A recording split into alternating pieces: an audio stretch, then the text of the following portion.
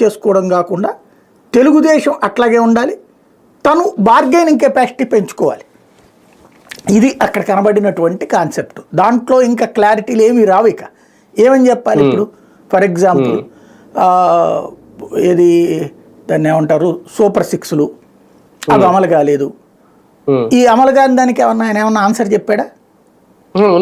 ఆ ప్రస్తావనే రాలేదు కదా. మరి ఇంకా అప్పుడు నీ విధాన నిర్ణయం ఏంటి?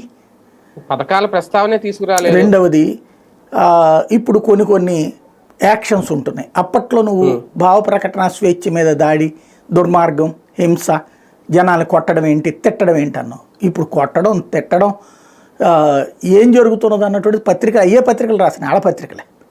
కాకపోతే అదేదో అధికారుల వైఫల్యం అన్నటువంటిది రాసినాయి. ఇప్పుడు ఫర్ ఎగ్జాంపుల్ వాళ్ళు రాశారు, శ్రీకాళహస్తి దగ్గర నుంచి అక్కడ ఏదో తుక్కుని అమ్మేటటువంటిది ఇతర రాష్ట్రాలకు పట్టుకుపోయి అమ్ముకునే పరిశ్రమ ఒకటి ఉంది.